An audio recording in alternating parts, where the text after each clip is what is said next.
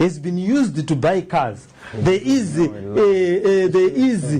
know that the director, yes, you know that the director of Zinara is being accused of having abused that money right now. The Zinara money was the one that was used to buy aeroplanes. At some point, we were told. At some point, it bought snow graders. No one has ever seen snow in Zimbabwe. But there are people who bought snow graders. So we cannot take care of roads when people are buying snow graders in an area where no one has ever seen snow. City of Harare is a problem, which we all know.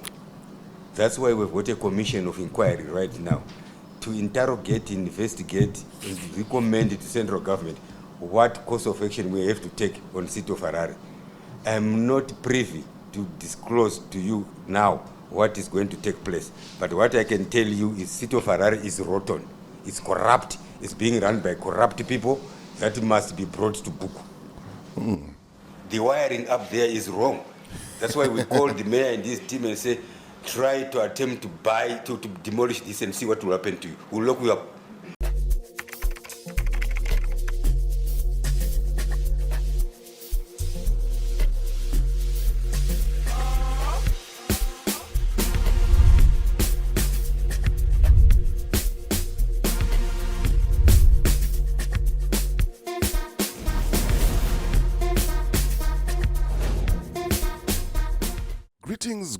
Greetings, and more greetings to you good people. My name is DJ Oli and welcome to Point 5 Creative Studios. Chitubu cha content, chitubu chisingapu, chitubu chinoniwa ni munhu wese, chitubu chakavhenekwa chikaongororwa nana mazvikokota kunzi aiwaka. Chitubu ichi chine content iri healthy, content iri clean, content yakachena yakakodzera kunge chikonsumwa nemunhu akaita kunge iwewe. Ndosaka uri pana pamuzuva ranhasi. So if it's your first time here, dzvanya subscribe button and the notification bell so that you don't miss out on any exciting content uploaded. Asi kana wanga wagara uri mugari wepanapa dango kutenda nekuita sei nekukurumidza kubhadhara rent.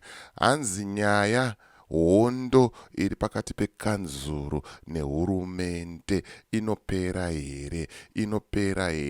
Ndati ndiye ndikuratidzei hondo yacho payasvika zvamanje manje. Handitika uko kanzuru iri kutaura kuti mvura hatinei nechekuita nemvura. Mvura inoonekwa nezinwa. Zinwa ndo inopa vanhu mvura. Mugwagwa hatinei nechekuita nemigwagwa. Zinara ndo inoita ine chekuita nemigwagwa. Uko Zanu PF iri kuitaura kuti kanzuru yakaora. Varikufanira kudzingwa basa vese. Pakashata sezvamunoziva ndinofamba nedingindira rekuti umbo da kuti ndikuratidzei umbo hwekanzuru echizvidhifendawo. Ndoda kuratidzaiwo Zanu PF ichitaurawo kuti aiwa kanzuru iyi yoda kutochinjwa, varoda kutoongororwa kuti vaferefetwe tione kuti zvingafambiswe sei panyaya yeunhu hwavo hwavari kuita sei hwavari kuita ihwohwo. Handitika panozopera vhidhiyo iri ndoda kuti undiudze kuti ndiani ari right, kanzuru kana kuti hurumende. Kana tichiti hurumende tikutaura hurumende yeZanu PF iri kutonga. Handitika uyezve kanzuru nehurumende tinokwanisa kuzvipatsanura here kana kuti chinhu chimwe chete? Ameno. Rega tinzwe kuti vari kutaura ava vari kutaura vachiti chii. But ndisandapinda munyaya yangu zvizere, ndikuti kana une bhizimusi raunaro rauda kushambadzirwa ndibate, namba dzangu ndo dziri kubuda pasi apo. Kana une nyaya yaunayo yauda kuti ndifambire ndibate futi pasame namba ipapo. Handitika vanhu nekuchitywa magaya, rambai makajegera makadaro. Ndiri kudzoka futi neimwe nyaya kubva kwaita nyaya yamukudza, hanzi mukudza bunza mukombe.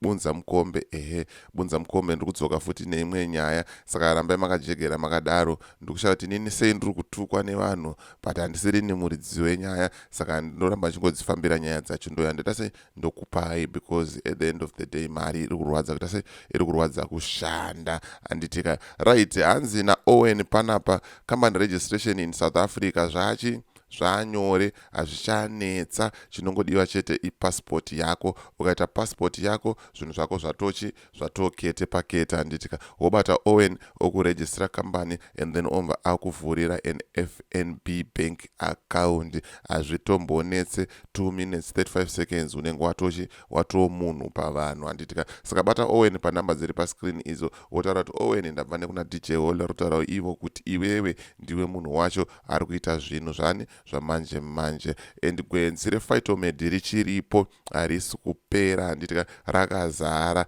Vasikana vacho vatotaura kuti tiri kubatsira vanhu every day. Saka iwewe wanikwawo uchibatsirika, bvuma kubatsirwa handitika. Bata namba dziri apo dzakanzi +27 idzo ndedzekusouth Africa unotaura nemusikana anonzi Koni, dzakanzi +263 idzo ndedzekuZimbabwe unotaura nemusikana anonzi Nyari. Wombo wataura kuti tabva nekuna DJ Hall vanokutemai nemadiscounts mamwe akaipa handitika. Gwenzi iri rinoshanda, ungade uchida kugeza system yako, ungave une musoro, zvironda zvisingapore, musana, mafibros, makidneys, chese chaungangofungire, bata vasikana vaita sei vakubatsira handitika. Right, regai tinzwe kuti nyaya iyi iri kufamba sei. Totanga neKanzuru, tonzwa kuti Kanzuru iri kuti chii.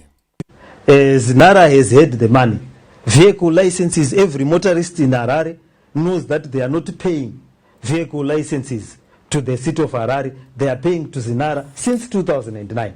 And that money has been used to buy Lamborghinis, has been used to buy cars. There is, you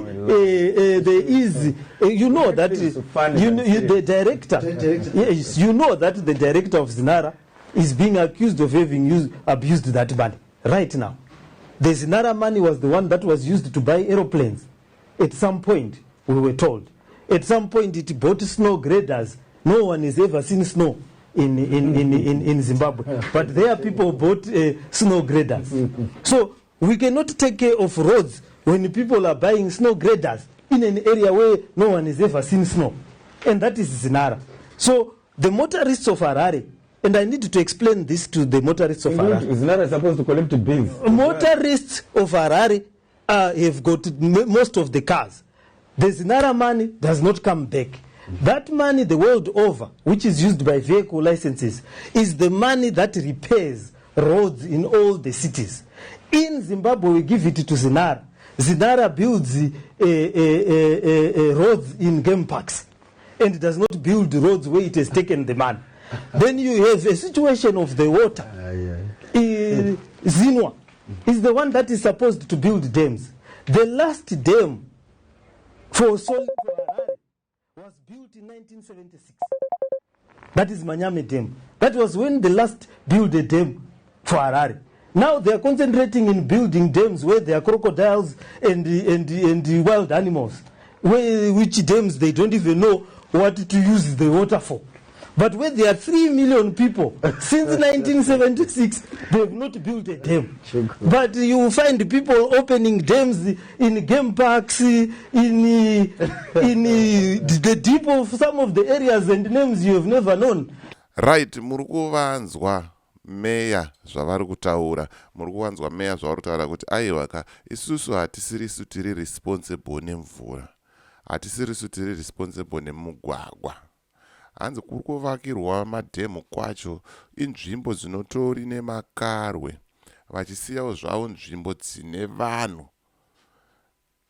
Mutactic ndewekuti tikavaka tikaisa mvura kunzvimbo dzakadaro, inyaya yekuti taakuchibata vanhu, taakuchibata vanhu vanouya matourist, mari yakupinda mukati.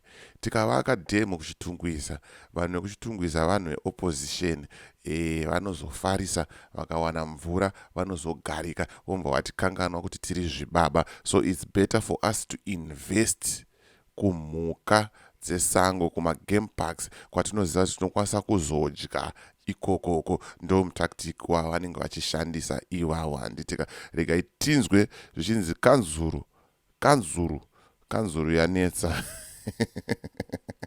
Hanzi Kanzuru yanetsa, iri kushungurudza zvamanje manje. Hanzi yakaora. Kuti zviriko here zvezvichiitika izvi. City of Harare is a problem, which we all know. That's why we've got a commission of inquiry right now to interrogate, investigate, and recommend to central government what course of action we have to take on City of Harare. I'm not privy to disclose to you now what is going to take place. But what I can tell you is City of Harare is rotten. It's corrupt. It's being run by corrupt people that must be brought to book. The wiring up there is wrong. That's why we call the mayor and his team and say, try to attempt to demolish this and see what will happen to you. We'll lock you up. See, the local authority is a child to central government. If you see your child misbehaving, you reserve the right to put him into order or her into order. In this instance, the same local authority was, in certain instances, inspecting these houses whilst they were being built, sending inspectors to go and inspect.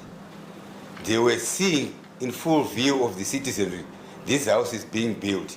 When people have now finished building those houses and they've just moved in, they go and seek a court order to demolish because they've built on a irregular location. Yes, they've built on an irregular location, but you are the one who is supervising them to build, and we're being paid for inspections. But we're also saying, why didn't you stop it when it started? That's what they should have done. Stop it as it emerges. Stop it. They did not stop it.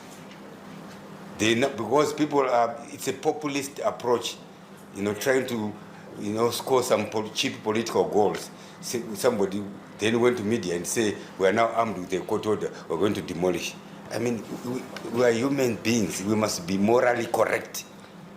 You want to demolish people's houses when you are now within a rainy season. Where do you want them to go? We must be morally correct. The wiring up there is wrong. That's why we call the mayor and his team and say, try to attempt to demolish this and see what will happen to you. We'll lock you up. So he stopped. And there are no 5,000 houses that are going to be demolished by the City of Harare. We then said, we want to do things properly. Let's give these people at least 4 months notice. Right, amenoti munoti chini mashoko havagarwe. Hanzi vakatoiswa komisheni iri kuongorora, iri kuferefeta kuti zviri kufamba sei. Ende tinoziva zvichaitika kana komisheni yapedza basa ichangotaura kuti Kanzuru yakundikana. We recommend kuti Kanzuru iranwe nekomisheni yakati kana tipoapoindwa vamwe vanhu vakutotanga kutomhanya vakutotanga kutoleader council. Ndo basa ravo iroro ane Zanu PF avamire. And right now vakuti hanzi mungapwanyira vanhu dzimba kuchinaya here, yet vakuita kunge vanhu vakanaka, vanhu vari kunzwira vanhu tsitsi, but vaitoziva ende vanenge vachitoziva kuti zviri kufamba sei, ende land iri vanenge vachida kutobvisa vanhu ivavo kuti ivo nevanhu vavo vaite sei vapinde. Takaona kumbare kwakatsva ende land iroro toziva kuti nderani. Nyaya idzodzo hatirambe tichitaura panapa, but takambodzitaura munotozviziva kudhara, ende vari kuba unotoshatotsanangura sei, but vari kuba the bottom line. Saka musafe makanyeberwa kunzi Kanzuru chino, Kanzuru chakati, hurumende chino, hurumende chakati. Vese council and the government, they are busy looting, nekuti vari kumhanya nemoto yekuti mbudzi inofurira payakasungirirwa. Saka kana uri kuKanzuru uri kukwanisa kutongolumawo uri ikoko, kana uri kuhurumende uri kungolumawo uri ikoko, but ari kusafa ndini newe, the ordinary person handitika. But amen kuti zvinopera sei, amen kuti inopera sei hondo yeKanzuru nehurumende iyi. Ndo nyaya yanga ndichifamba nayo zvomanje manje. As for me, DJ Holly and the rest of the crew behind the scenes, it is bye for now.